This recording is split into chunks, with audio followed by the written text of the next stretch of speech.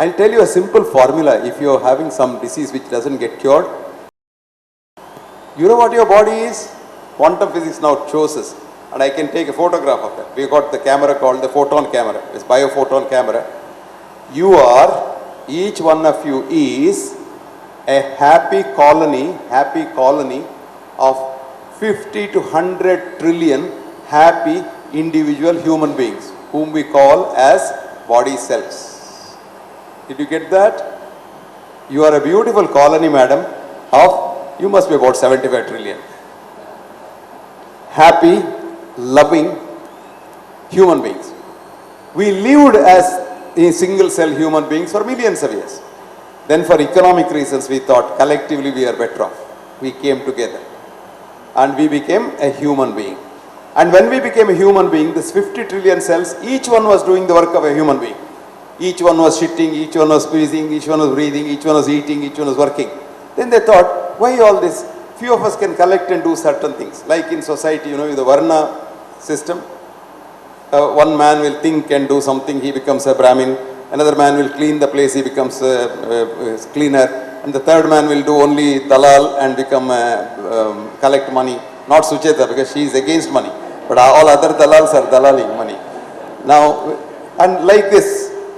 Now, instead of that, so they formed together and we call themselves organs. And today modern medicine thinks human body is a machine like the motor car, which runs by the organs. It's called organ-based medicine. And we have now not doctors, we have no doctors at all. Very few doctors left. We have specialists. What are the specialists? A specialist is one who knows more and more about less and less. And who is a super specialist? He knows more and more about and comes to a stage where he knows more and more about nothing. Now you have a headache, okay? Now I don't tell anybody has a headache. I tell him you are a headache. Now by the time you go to a specialist, because people think headache means I must go to a head specialist. Do you know where you should go? You must go to a family doctor who knows you so well, that the minute you go there and say, I have a headache, he says, hey, why did you fight with your wife last night? You shouldn't do that. You are always like this. You are an irritable character. Why don't you make peace with her? You go home and call your wife and say, honey, I love you. Because even if you love your wife, you periodically have to remind her. Otherwise she'll forget and you might forget. So you say that and your headache is gone. Did you know that? Or supposing you hate somebody, you get a headache. Just sit back and do a quiet anuloma viloma pranayama. Take a deep breath in, breathe out for a long time, and after about 5 breaths, you forget why you were angry in the first place. And you're so happy because the 5th breath when you breathing out for a long time, you start smiling. You just forget this word. And if there is a good doctor in India who is doing a lot of good, minus his political leanings, he is Ramdev. Not that he is teaching you scientific yoga, no, because he is doing commercial yoga, but he has created that awareness. And I thank you for that because millions have become aware of that.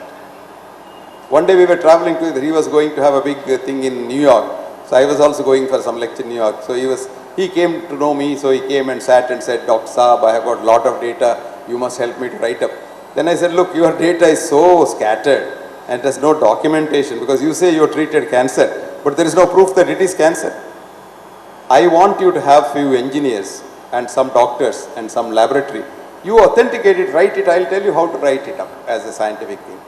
And some secretary called Balkrishnachar said, give me your card, we will contact you, etc. They contacted me 3-4 times to come to Haridwar. But I said, do you have your thing computerized? I'll come. Otherwise, why should I come? Anyway, there I am told they are trying to do that. They've got a medical school there, they've got a university there.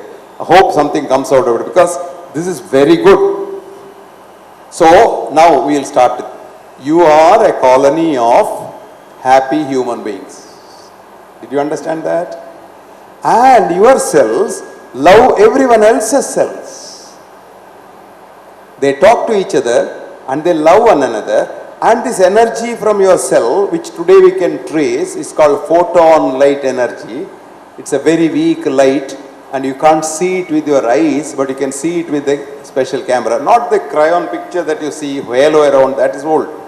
This is inside the body. You can, if I photograph madam, I can see her cells, all of them smiling and laughing and jumping about. When I see some of them are not happy, has got a disease.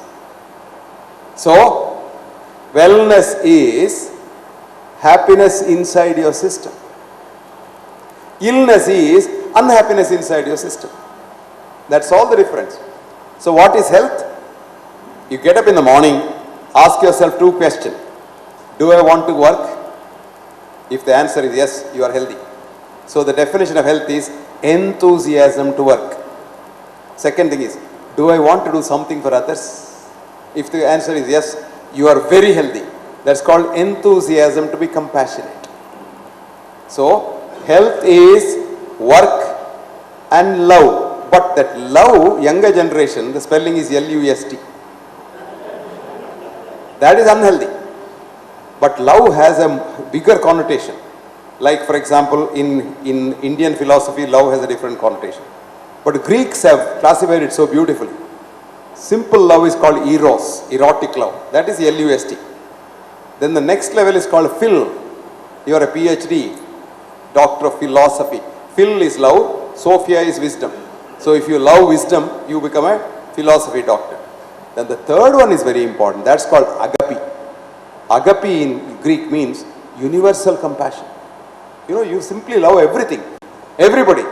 Your friend, yourself, your wife, your children, others, people think, plus your enemies also.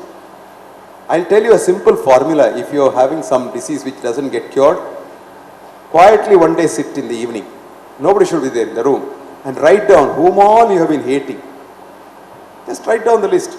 You may think you don't hate anybody, but if you sit and concentrate, you get few names. Write it on the paper. And then think back. Why did I hate him? What was the problem? Supposing I don't like, let us say, Kinimam. Where is Nagesh Kinimam? I don't like Kinimam. Somewhere Kinimam has, I had some tiff.